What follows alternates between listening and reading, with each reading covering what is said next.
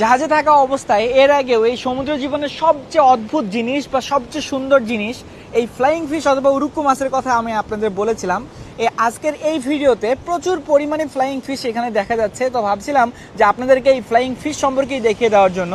তো আমরা একটু অপেক্ষা করি। এই মাছগুলোর একটা সমস্যা হচ্ছে এরা সাইজে অনেক ছোট আর অনেক দ্রুত গতি সম্পন্ন। এই যে এত দ্রুত গতির মাছ, এটাকে মনে হচ্ছে যে মাছ ধরার থেকে ভিডিও করে আপনাদের দেখানো আরও বেশি কঠিন। তবুও আমি চেষ্টা করছি আজকে আপনাদেরকে যতটুকু সম্ভব ক্লিয়ার করেই এই ফ্লাইং ফিশ অথবা উরুক্কু মাছকে দেখানোর জন্য।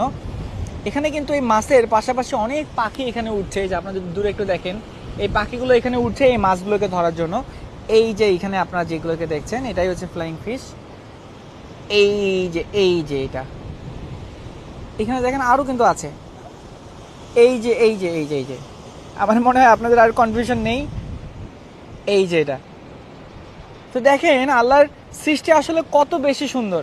সমুদ্রের মাঝে যখন এই জিনিসগুলো দেখি যে একটা মাছ থাকে যেই মাছ পাখির মতো উঠতে পারে, এর থেকে আশ্চর্যকর আর কিছু থাকতে পারে? এই জন্যই সমুদ্রের মাঝে থাকলে আমি আপনাদের বলেছি, আমার বারবার মনে হয় আল্লাহ কেন বলেছে ফাবিয়া ইয়া আল্লাহ রাব্বি কুমার তোকার জীবন।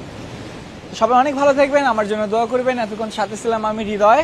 এই ভিডিওগুলো আরও দেখতে চাইলে ফেসবুক, ইউটিউব, টিকটক অথবা ইনস্টাগ্রামে হৃদয় দ্য সেলর লিখে সার্চ করতে পারেন, তাহলে আমার বাকি সব ভিডিও পেয়ে যাবেন।